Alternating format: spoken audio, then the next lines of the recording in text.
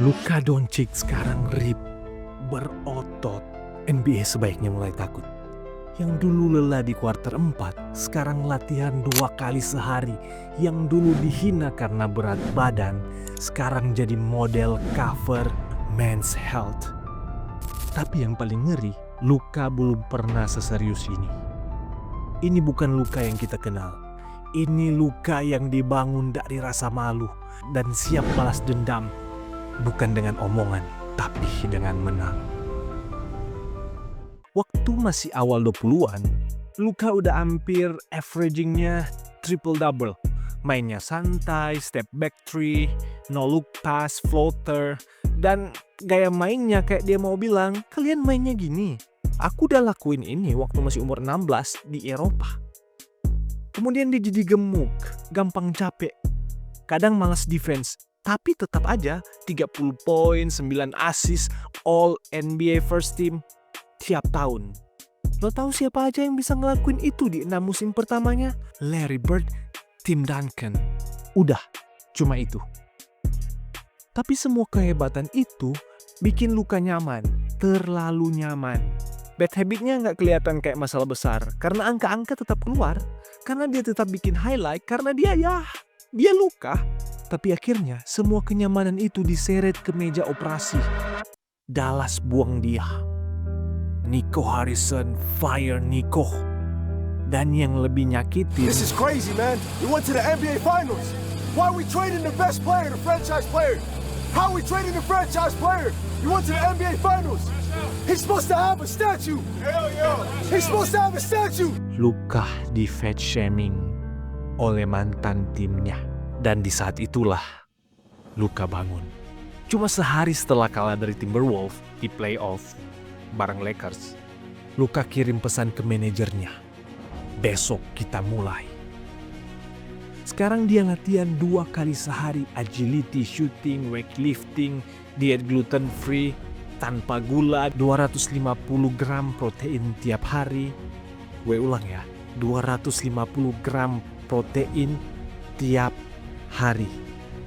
Luka sekarang masuk cover Men's Health.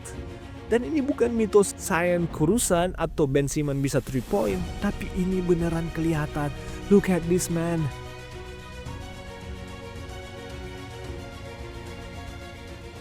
Luka itu gila men. Dia udah main 55 game playoff. Rata-ratanya 30,9 poin, 9.2 rebound, 7.8 assist, 1.6 steal. Cuma dia satu-satunya pemain dalam sejarah NBA yang bisa rata-ratanya 30 poin, 9 rebound, 7 assist selama 7 musim pertama playoff. Lo tahu siapa yang levelnya segitu? MJ dan LeBron. Bedanya, Luka ngelakuin itu sambil ngos-ngosan. Kita ingat, LeBron pernah kalah telak dari Dallas di final 2011. Habis itu, dia berubah. Jadi lebih kuat, lebih fokus, lebih haus. Mungkin Luka yang dimiliki oleh Luka juga mirip. Pun intended. Dipermalukan, dibuang, diragukan. Tapi justru dari luka-luka itu, lahirlah Luka Doncic yang baru.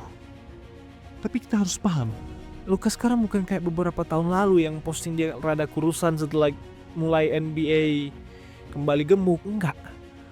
Luka sekarang gak cuma beresin tubuhnya, dia mulai mikirin tim. Dia rekrut Marcus Smart. Marcus bilang, Luka sendiri yang menghubungi gue. Nanya kabar, ngajak gabung, dia lagi nyiapin sesuatu yang spesial. Itu bukan cuma perekrutan, itu sinyal. Sekarang di Lakers, Luka udah berubah jadi pemimpin. Kita lihat ya, di musim depan ya Lakers sekarang punya Luka, LeBron, Austin Reeves, DeAndre Ayton, Marcus Smart. Tapi semuanya tetap tergantung satu hal. Sejauh apa Luka bisa bawa mereka? Di usianya yang ke-27 nanti Februari, dia masuk masa emas karirnya.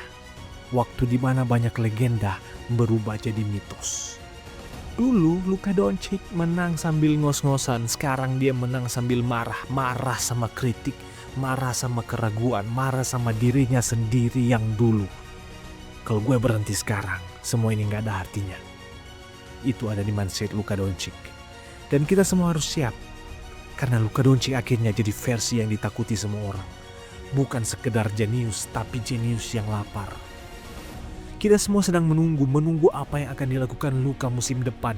Menunggu seberapa besar Luka itu berubah jadi bahan bakar. Di luar sana fans-fans sudah gak sabar. Bukan cuma fans Lakers, tapi fans NBA secara keseluruhan.